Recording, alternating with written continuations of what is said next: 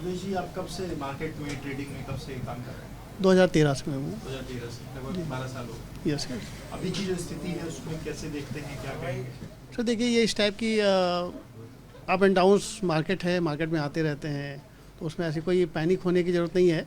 हाँ, ये एक थोड़ा सा जो सिनेरियो बन रहा था उससे एकदम डिफरेंट हो गया है कि अभी तक हम देखते थे कि पैंडेमिक आया या ये चीज़ें हुई, एक्सटर्नल था। अब ये मार्केट का जो इंटरनल प्रॉब्लम है कि मतलब ये ग्लोबल इशू बन गया है ये, तो उस वजह से थोड़ा सा इंटरनेशनल मार्केट के हिसाब से थोड़ा सा पैनिक बना हुआ है, लेकिन हमारा जो इंडियन मार्केट है वो स्ट्रांग है। तो ग्लोबल मतलब ये जो यूएस के कारण या चाइना के कारण चीज़ें हो रही है उस कारण, या फिर ज़्यादा लोग इन्वेस्टमेंट करना शुरू कर चुके हैं उस कारण? नहीं नहीं, ज़्यादा लोग इन्वेस्टमेंट करने से तो हमारी मार्केट में या किसी भी मार्केट में पैनिक होने की ज़रूरत नहीं है। ज़्यादा लोगों के आने से हमारी मार्केट में एक लिक्विडिटी बढ़ती है, हम लोगों को ज़्यादा ट्रेड्स अवेलेबल होते हैं। बस ये थोड़ा सा जो मार्केट का सिनेरियो बनता है, एक साइकिलिकल भी था कि हमारी मार्केट एक आउट वो कर रही थी, आउट परफॉर्म कर रही थी, उसको थोड़ा सा जो है एक एवरेज आया है अभी। एक जो हमारे वैल्यूएशन थे वो एक रियलाइज हो रहे हैं, धीरे धीरे रियलिस्टिक हो रहे हैं, तो उसके हिसाब से अब यहाँ पे लोगों को पैसे लगाना शुरू किया था। लेकिन ये जो ट्रम्प साहब ने अपना इश्यूज बढ़ा दिए हैं, टैरिफ बढ़ाया, तो उसकी वजह से एक पैनिक सिचुएशन बनी है। लेकिन ये भी चीज़ें बहुत ज़्यादा लंबी नहीं चलने वाली हैं, क्योंकि कहीं ना कहीं उनको भी सेटलमेंट करना ही होगा। और यही कह सकते हैं कि जो हमारा इन्वेस्टर है उसको बने रहना चाहिए। एज ए इन्वेस्टर आपको कितना नुकसान या वैसा अभी चीज़ें आपको फेस करना पड़ रही है? आपके लिए ये चीज़ मायने रखती है? अभी जो चीज़ें चल रही हैं, आप लॉन्ग टर्म इन्वेस्टर हैं, चीज़ें भी नहीं ध्यान दें? नहीं, लॉन्ग टर्म इन्वेस्टर हम देखिए, मैं जो करता हूँ वो इन्वेस्टमेंट ही करता हूँ और लॉन्ग टर्म के लिए होता है कि अब जो अगर इक्विटी मार्केट में है तो किसी भी को भी एक साल के भीतर का जो परफॉर्मेंस है वो नहीं देखनी चाहिए। हाँ, 2 से 3 साल 4 साल के लिए अगर आप पैसा लगा रहे हैं तो कम से कम 3 साल के लिए हमारे गोल्स होने चाहिए, तभी हम इक्विटी मार्केट में आए। अदरवाइज हमारे पास बहुत सारे ऑप्शंस रहते हैं कि हम अपना शॉर्ट टर्म के लिए दूसरी जगहों पे जा सकते हैं। तो अगर इक्विटी मार्केट में है तो हमें थोड़ा सा लॉन्ग टर्म का नज़रिया ही लेकर के चलना पड़ेगा। जैसे भी मार्केट गिरी है, तो क्या नए इन्वेस्टर को इस समय मार्केट में आना चाहिए? बिल्कुल आना चाहिए, ये एक अपॉर्चुनिटी है कि यहाँ पे जो अच्छे स्टॉक्स हैं वो अच्छी वैल्यूएशन पे मिल रहे हैं, उनको पिक करना चाहिए। सर बस मैं यही कहूँगी, पैनिक होने वाली सिचुएशन नहीं है, थोड़ा सा कंट्रोल करके चलना चाहिए। अच्छा, ये जो चीज़ें हैं, मतलब ये एक्सपेक्टेशन पिछले दिनों से जब ये टैरिफ लगाने की बात आई थी तब से एक्सपेक्टेशन आप लोग को थी कि मार्केट गिरेगा, या अनएक्सपेक्टेड है, मतलब इतनी गिरावट की उम्मीद नहीं थी? सर अब ये तो नहीं कहेंगे कि पता नहीं था, पता ज़रूर था, पर ऐसे गिरेगा ये नहीं पता था। अब होने को तो अभी और बहुत कुछ बचा है मार्केट में गिरने के लिए। बोल यही रहे हैं कि जो पैसे हैं उसको बचा के चलिए, अभी हमें और मौका मिलेगा लगाने के लिए। ये जो जैसे नॉर्मली जो इन्वेस्टर है उसका जिस तरीके से जो नुकसान हुआ है या जिस तरीके से मार्केट गिरी है, हाँ, तो इन्वेस्टर को कितना पैनिक होना चाहिए या पैनिक नहीं होना चाहिए, आप कितना इसको लेते हैं? सर देखिए, मार्केट में 2 तरह के लोग होते हैं, एक लॉन्ग टर्म, एक शॉर्ट टर्म। शॉर्ट टर्म वालों को ज़रूर निकल जाना चाहिए, अभी हमको नीचे और मार्केट मिल जाएगा। उम्मीद करते हैं 18,000 तक का लेवल टच कराना चाहिए मार्केट को।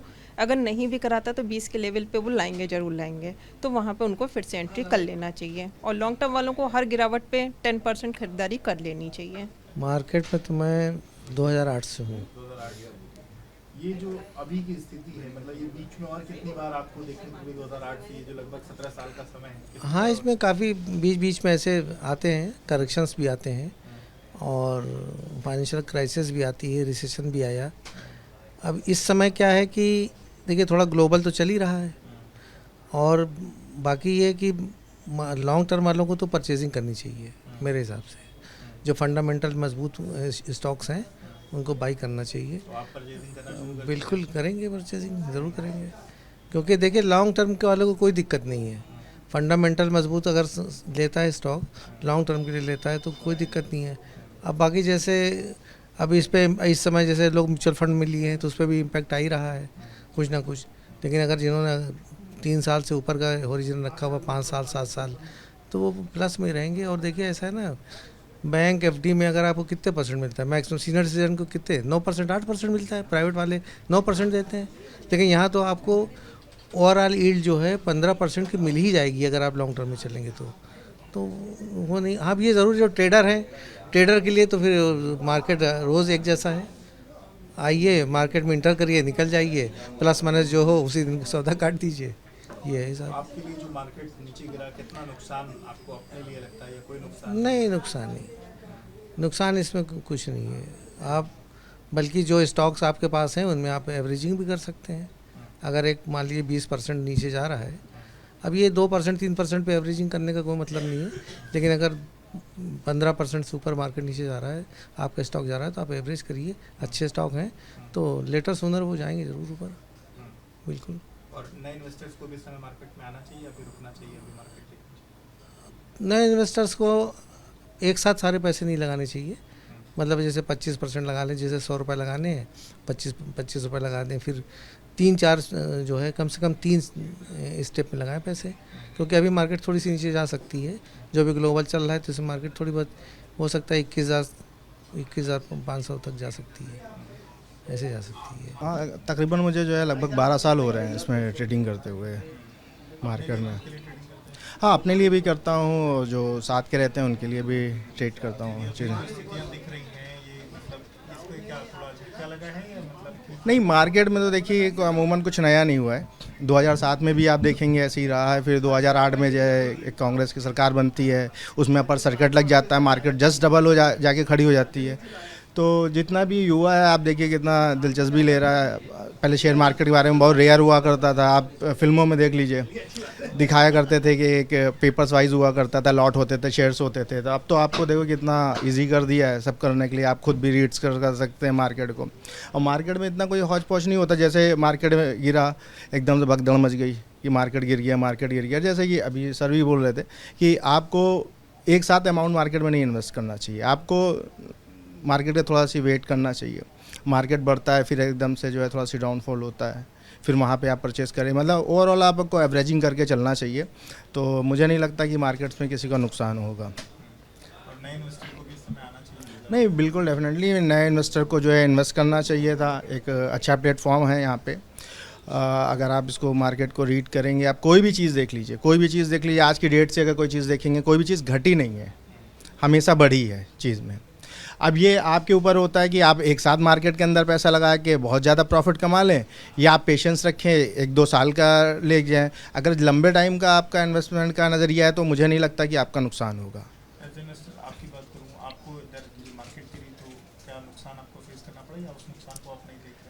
नहीं, नुकसान क्या, आपका जो स्टॉक्स बड़े होते हैं वो थोड़ा कहीं ना कहीं आ जाते हैं। फिर आप के मन में चलता है कि अभी हमें क्या करना है। अभी 2-3-4 दिन आपको मार्केट को वॉच करना चाहिए कि मार्केट कहाँ जा रहा है।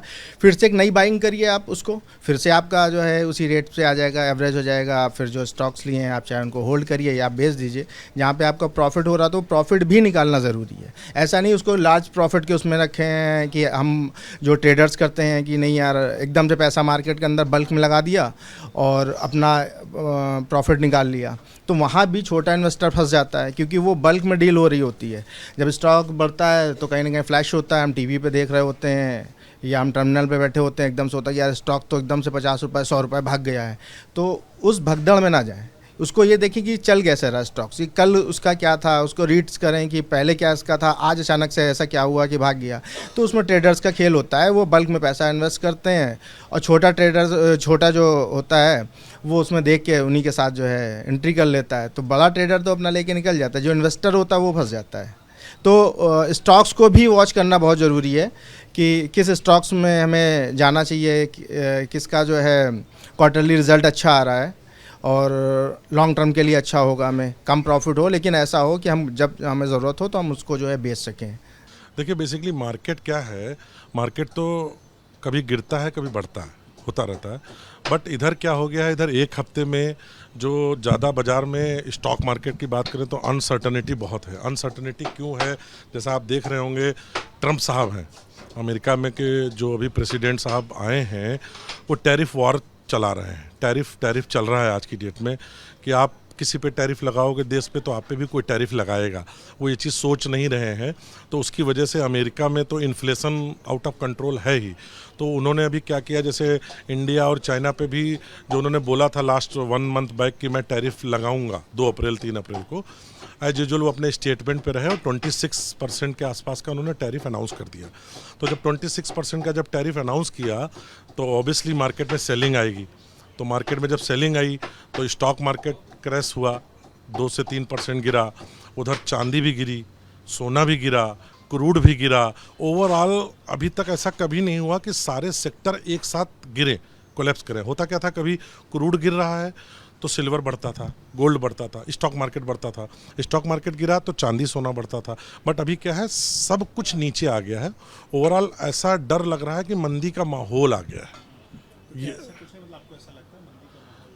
देखिए, मेरा जहाँ तक एज पर माई ओपिनियन कि मुझे तो ये अपॉर्चुनिटी दिख रही है, टू बी वेरी फ्रैंक।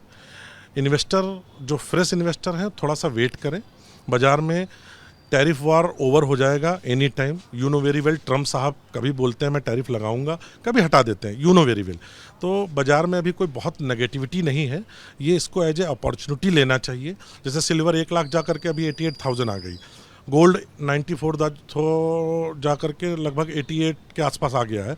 ऐसे आज हमारा इंडियन स्टॉक मार्केट भी लगभग 5% गिरा है। मार्केट में सबसे ज़्यादा गिरने में जो है वो आईटी सेक्टर गिरा है, इन्फोसिस है, टीसीएस है। तो मेरे को लगता है this is good opportunity to buy add your portfolio. नए इन्वेस्टर को कोई डरने की ज़रूरत नहीं है, इसको एज ए अपॉर्चुनिटी लेना चाहिए। इंडिया की जीडीपी, इंडिया की इकोनॉमी बहुत मजबूत है। रिसेंटली अभी देखा जाए तो अभी परसों 9 तारीख को हमारे आरबीआई गवर्नर साहब अपनी क्रेडिट पॉलिसी अनाउंस करेंगे। I hope so. हम लोगों का मानना यह है कि 25 से 50 पैसे का रेट कट की उम्मीद है। अगर जो सीआरआर या रेपो रेट कट होता है तो मार्केट पे वैसे भी बाइंग आ जाएगी। तो ये अपॉर्चुनिटी है, इस समय बाइंग करनी चाहिए। For exclusive and insightful videos, subscribe to our new channel ABP Live Premium.